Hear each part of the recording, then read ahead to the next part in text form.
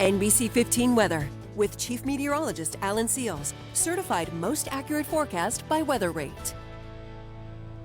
We had morning thunderstorms on the Gulf Coast. Those have faded, and our attention now goes back to Tropical Depression Fred. It's just off the north coast of Cuba. It continues to move west-northwestward steadily at 12 miles an hour. Steady is a good thing.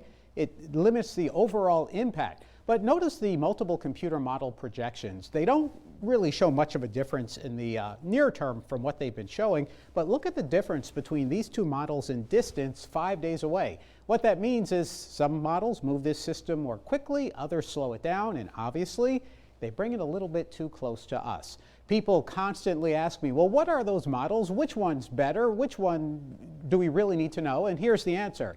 No one of them is better than the other in the big picture. Now, if you want to know what the acronyms are, you're going to have to look those up. It doesn't matter. Here's the reason why. Think of those models as a board of directors for a sunshine weather company. And the board, their motto is, together we make good decisions. But any one of those board members isn't always going to make the best decision. And honestly, that is the purpose of that group of models, to show you the group decision.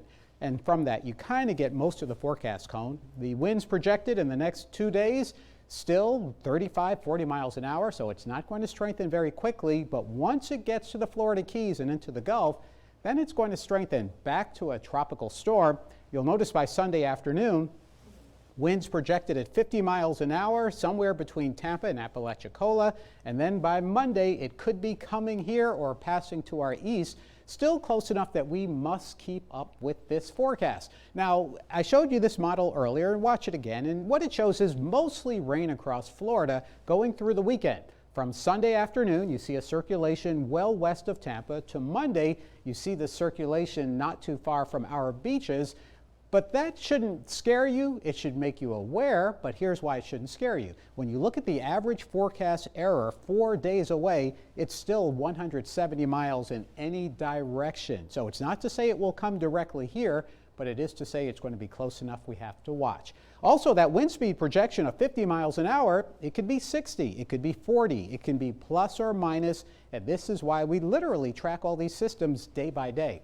Definitely rain for Florida, several inches for North Florida, half a foot for South Florida. That's going to be east of the track. And notice the watches are already posted for Southwest Florida. Day by day, those watches will be moved northward, and that will pinpoint better where we really need to keep our focus.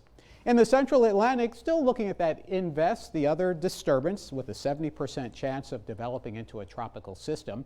And if you've ever wondered where these invests come from, many of them come off of Africa. Those are clusters of thunderstorms stretched across Africa, and as they move out into the Atlantic, then they start to pick up circulation. Another piece of trivia for you, from the Horn of Africa to the west coast of Africa, it's the same distance as from the west coast of Africa to South Florida, 4,500 miles. That's a big distance. Here's what we have right now, and that kind of tells you what you can expect for tomorrow. In your 7-day tracker, tomorrow gives us 40, maybe 50% rain coverage like today. The weekend gets just a little bit wetter, but it's Monday. We'll watch carefully in your extended forecast.